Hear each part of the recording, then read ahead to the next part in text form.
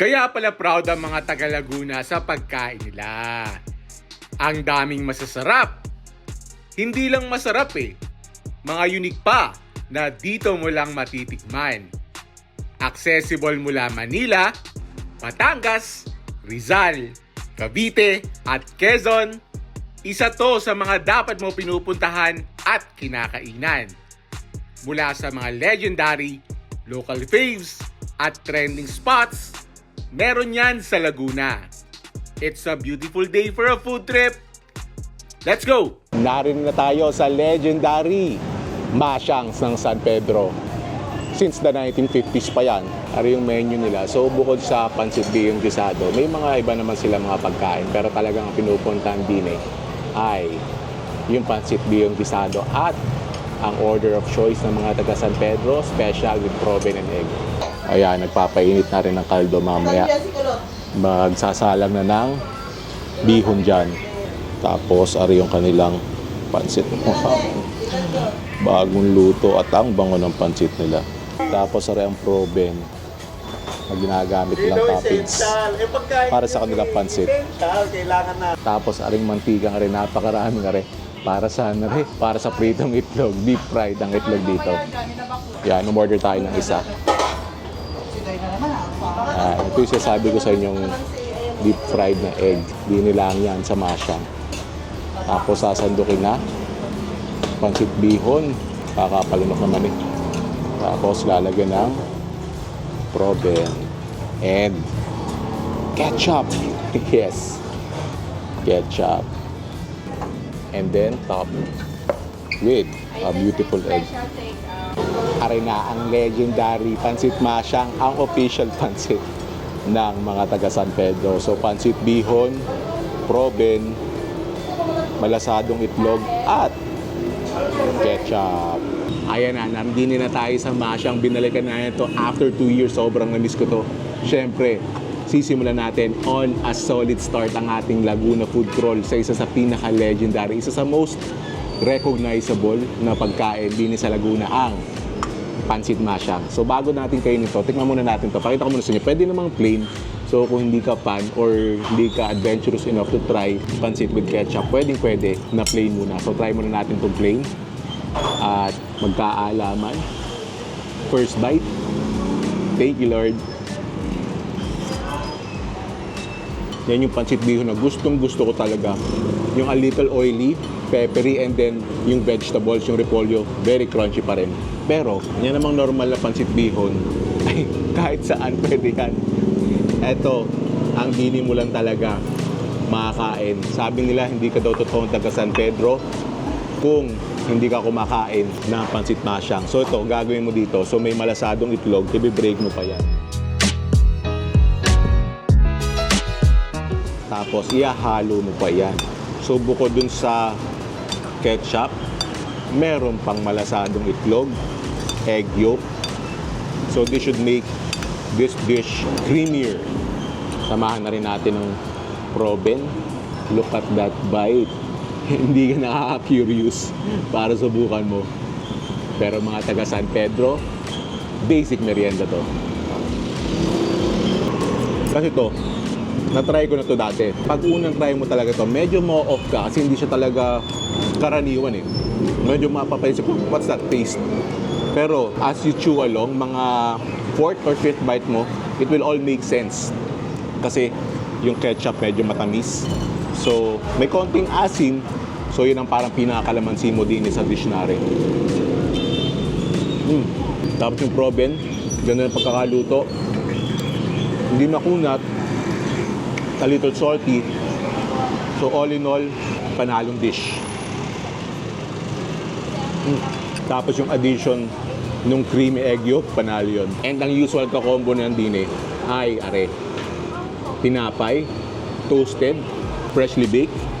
Yung tinapay nila, may konting sweetness din. Tapos rin man, hindi na basic, pancit sa tinapay. So kung ang mga Tagalipa, naglulumi paghapon, ang mga taga San Pedro, nagmamasyang. Solid start sa ating Laguna food crawl. See you sa next one.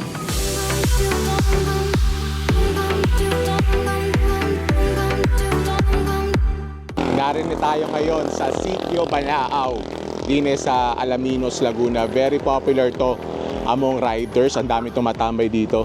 At ang ganda ng view, merong pa Alaminos na signage. Tapos dine sa Alaminos, sa roadside, ay merong kapihan. Tama-tama, hindi pa tayo nagkakape. Kape tayo. Yung mga best sellers daw nila ay yun, may mga icons ng coffee bean. Mag-Spanish latte tayo na iced. Ayan, so ito Spanish latte yung in-order natin. Meron siyang pa mini cookie. Try natin. First bite. Thank you, Lord. Nice cookie. Tapos hahaluin natin ito kasi Spanish latte. May condensed milk yan. Kailangan mo mahalo talaga yan. Nandun pa rin yung lasa mo ng kape, tapos konting-konti lang yung sweetness. Ito yung mga gusto ko na kape, ayoko na masyadong milky. Ito, panalong-panalo to. This will do the job kasi busy day tayo today. Dumaan tayo dito, yung pupuntahan natin sa Calauan, Laguna. So from Lipa City, Alaminos talaga yung daan yan. May pupuntahan tayo doon na Goto. Ba tayo dadayo pa ng Calauan, Laguna para sa Goto dahil yung Goto na yon ay kakaibang karne ang ginagamit. Kaya excited tayong balikan doon. Pagkatapos noon, pupunta naman tayo sa Los Baños para sa isang pastry na halos synonymous na sa Laguna. And then after that, pupunta naman tayo sa Calamba para sa isang local favorite na sisigan tapos parisan. Kaya kita-kita tayo sa mga susunod na food trips.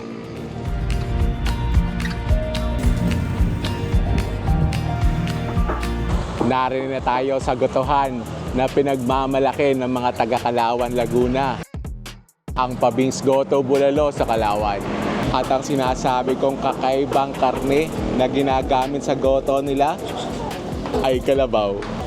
Almost 20 years na ang Pabings Goto Bulalo since 2005.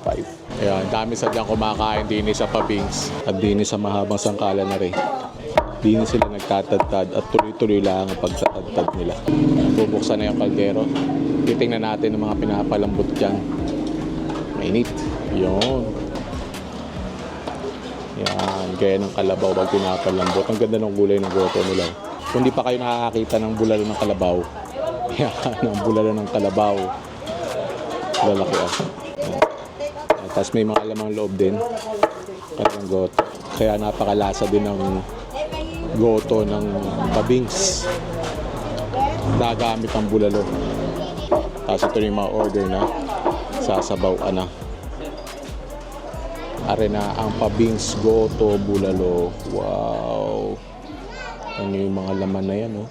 May mga lamang loob. Yun, may mga balat-balat din. At yahoo! Umabot tayo sa utak ng kalabaw. At kita nyo yung kulay, oh. Glorious brownish, almost gravy-like na color. Panalo to. Arena, after 2 years, makakapag-Pabings Goto ulit tayo. Yan. With kaning agad. Tapos, laman muna. Lamon ng sausawan. Sabaw. What that? First bite. Thank you, Lord. Lambot. Napakalasa ng sabaw. Ang recommendation ko sa sausawan din kalamansi, sili, tapos konting patis kasi malasa na eh.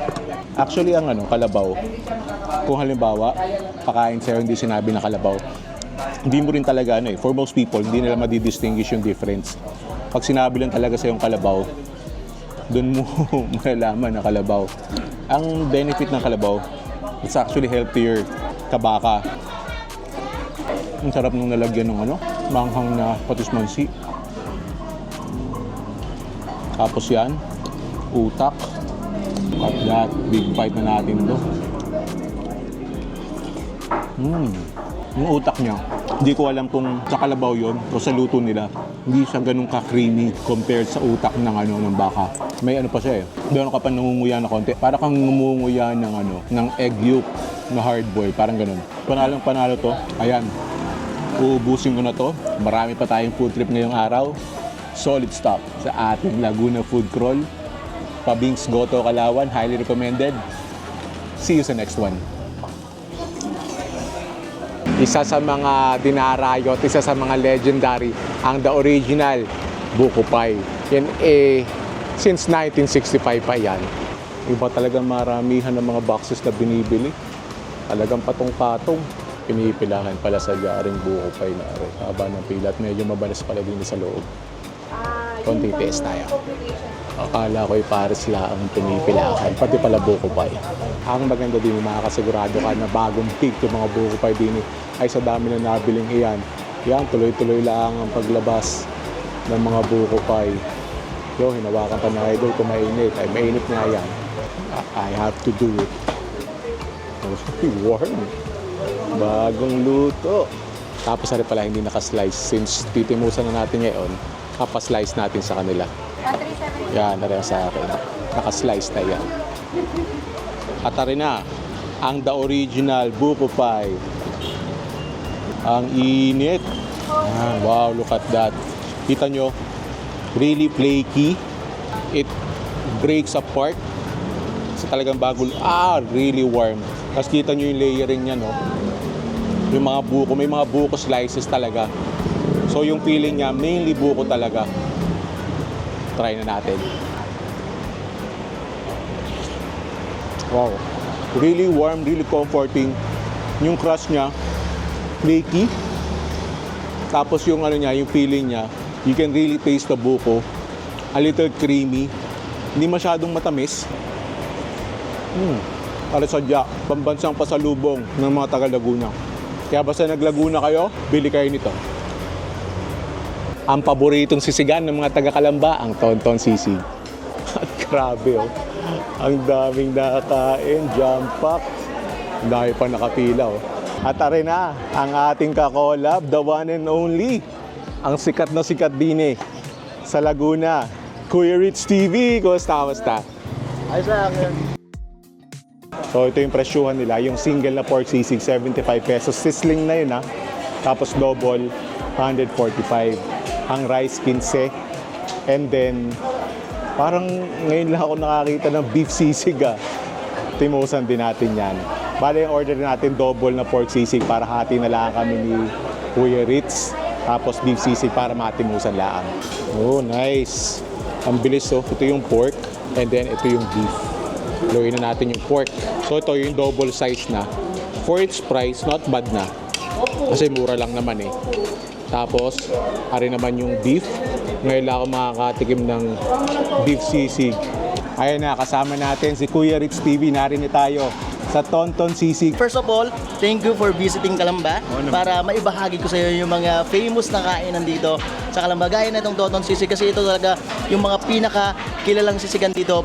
Pag sinabi mong sisig talagang Tonton Sisig ang isa sa mga recommendation ng mga tao, yung mga Kalabenyo. Kasi kahit itong mga worker dito sa SM, mga students, ito talaga yung pinupuntahan dito. Affordable din kasi, tsaka napakasarap pa quality ng sisig. Ayan, so nung nirecommend mo sa akin to, syempre, nag-research ako at natakam ako sa hilig ko sa sisig kasi syempre alam niyo naman may sisigan din kami. So syempre, gusto ko nakaka-try ng mga legendary sisigan sa iba't ibang parte ng Pilipinas. So try na natin to. Yan, ito na ang legendary pork sisig ng Tonton Sisig. First bite. Thank you, Lord. Nice. Malasa siya, no? Grabe, kaya gusto to ng mga tao, mga estudyante. Tapos, hindi siya masyadong crispy. Yung ang crispy nasa ilalim. Pero very meaty siya, no? Marami siyang fat, marami siyang balat, pero ang dami ring laman eh, no? Tsaka mas masarap kuya kung itatry mo siya with chili oil kung mahilig ka rin sa... Siyempre, mahilig tayo dyan. So, lalagyan natin ng chili oil. So, kung masyadong maalat para sa inyo, pwede nyo namang lagyan ng ng kalamansi. May kasama namang kalamansi.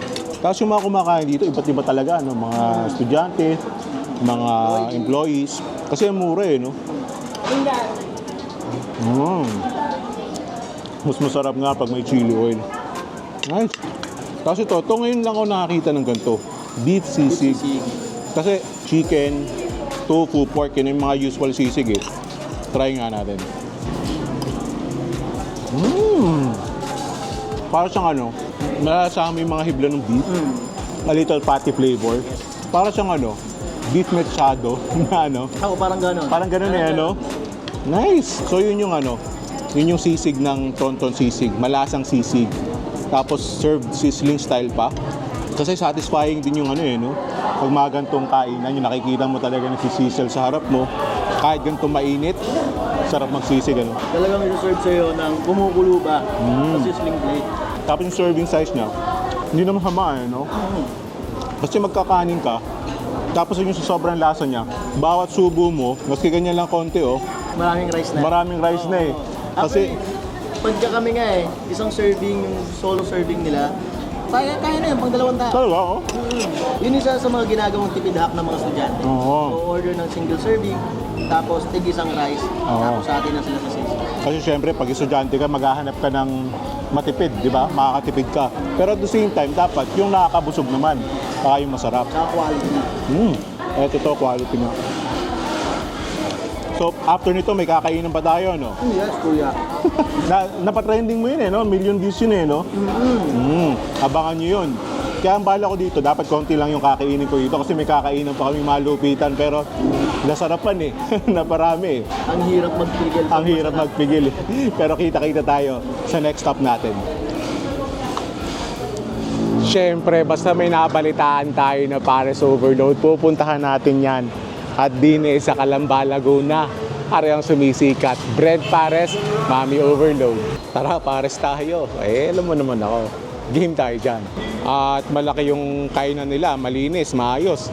Yung mga tables and chairs, malaki yung lugar. At yun, ang mga malalaking kaldero. Pakilasa ko na rin ang Pares. At kita ko na kagad. Yan. Ito yung laman ng baka nila. Tapos, ito yung Pares Bagnet. Ito yung sa Pares Chicharong Bulaklak. Ito sir, ano yung mga nandito? Ano po, mata, utak ng baka, tsaka ito po. Yan, yung ano nyo, sabaw niya. Medyo malapot-lapot. Pag Pares Overload sir, ano kasama? Ano po, itong laman ng baka, Pares Bagnet, Chicharong Bulaklak, tuwalya ng baka, tsaka isang gayat na T-bone. T-bone? Ba, saan nakakita ng parisan na may T-bone? Binilang yan sa Brent Pares. Sir, ano nga isa yung branch? Ang branch po namin sa Kabuyaw, 7, saka 3 sa Calamba. 7 sa Kabuyaw. Grabe, 7 pala yung branches sila sa Kabuyaw. 3 din sa Calamba. Ito yung mga T-bone nila. So pag Pares Overload, merong isang gayaan, T-bone. Nice. So ito yung Pares Overload. Yan, merong laman. Tapos merong lechon kawali. Merong chicharong bulaklak. Ito may tuwalya ng baka. At rin na T-bone. Pares na may steak. Ayos ah. And then yan, sasabaw ka na. Siyempre, sinamahan ng taba. Si Kuya Ritz pa nagsilbi sa atin. Yeah, kasama pa rin natin. Kuya Ritz TV. Are na ang Pares Overload. Kita nyo yung mga taba-taba. May T-bone. Tapos nandyan yung tuwalya. May balat. May laman. May chicharong bulaklak. May lechong kawali. Overload na overload. Ngayon lang ako nakakita ng Pares na mayroong T-bone steak. Ano? Panalo yun. Yan. So, para kanya-kanya tayong timpla, kanya-kanya na lang tayo ng kuha siguro para kasi hindi ko alam kung ano yung timpla mong gusto mo eh. Yung kasi ang maganda sa mga parisan kasi halimbawa, pag yung isang pares ay kulang ang lasa sa'yo, nandiyan naman yung mga pampalasa, di ba? Chili oil, may patis, may fried garlic, basta malinis ang parisan, basta nandun naman yung lasa at garning overload, panalo na yan. Pero ako, gusto ko muna tikman ng wala mo ng kahit ano para malaman ko kung ano yung adjustment na. So, kumuha tayo ng laman. Ito may chicharong bulaklak na sumama. Samahan natin ng tuwalya. Tapos, syempre, yung sabaw niya. Ito, wala mo ng kahit anong pampalasa. Oo, panding na Panmading. agad. First bite. Thank you, Lord. Wow. Ang lambot nga ng laman. Tapos yung broth niya, ang lasa nga. Malasa, no? Kuya? Tapos creamy, parang gitna siya ng wala stick pares saka ng kabayan. Samahan natin ng street pares. Parang gano'n, no? Tapos yung sabaw niya, parang gravy na. Ito yung pinagkaiba niya sa mga kanto style pares. Oo.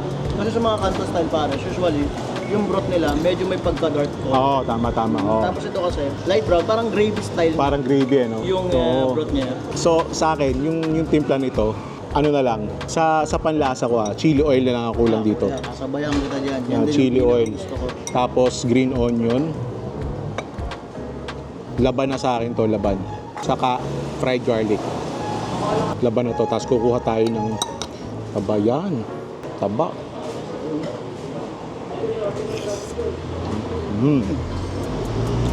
Yun na yun. Sobrang hilig ko ng pares. Parang pares na ata yung dumadali sa ugat ko eh. Ako din yata. Pero yung sa akin, may lomi, saka may goto. So try natin tong T-bone.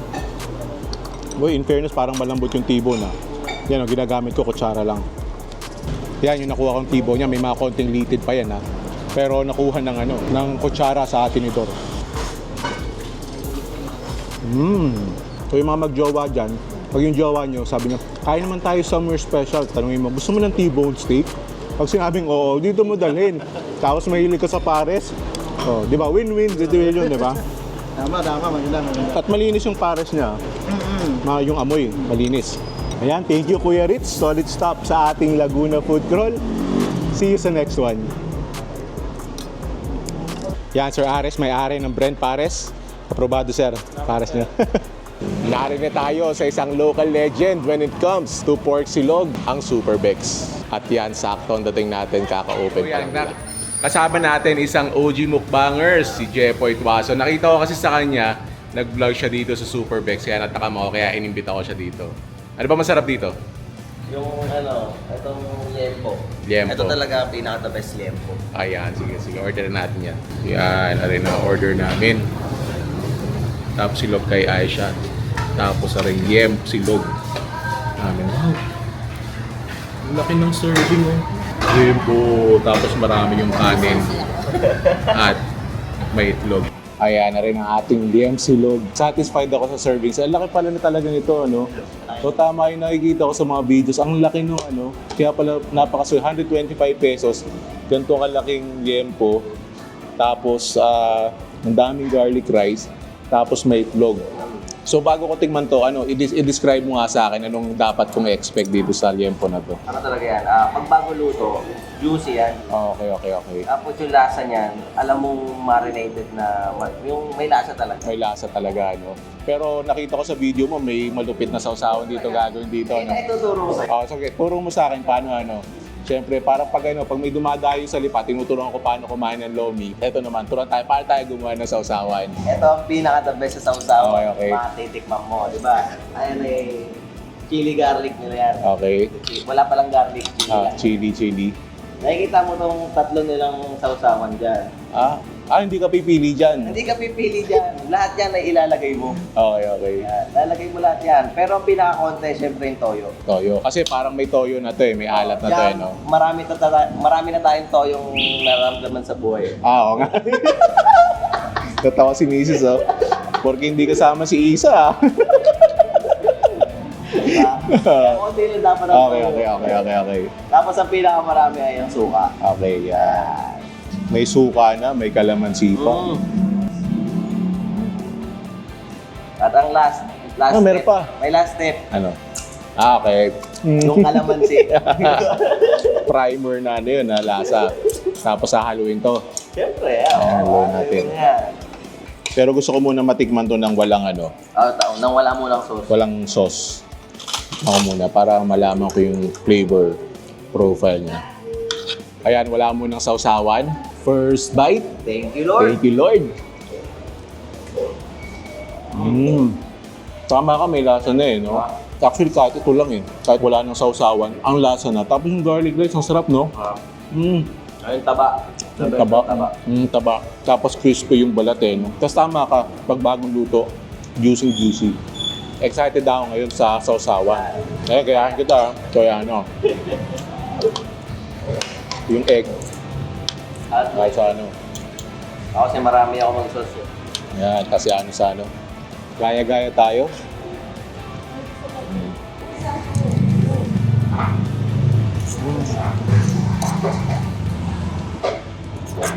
Grabe quality. Sabi ko, hati kami ni Mrs. dito. Mukhang i-order ko na lang siya ng kanya. Ano usually yung mga kumakain dito sa Super Bex? Yung galing inuman. Galing inuman. Ganun talaga pag masasarap na pagkain eh, no?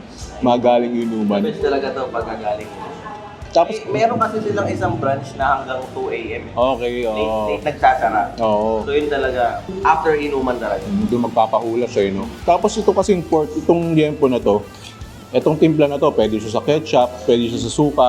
Kaya ano eh, kaya maganda na ito na mix yung ano eh, sausawan, ihalo na lahat. Punta ka dito ako, malamang. Gano'n kakalimit kumain dito sa ano? Super Beck. Kasi taga dito na ako eh. Medyo madalang na ba? Galang na ako. Pero every now and then, hinahanap-hanap din talaga eh. May mga ganun talagang pagkain eh. Lalo pa nag-crave kami ng silog. Speaking of silog, meron din sila ditong tapa.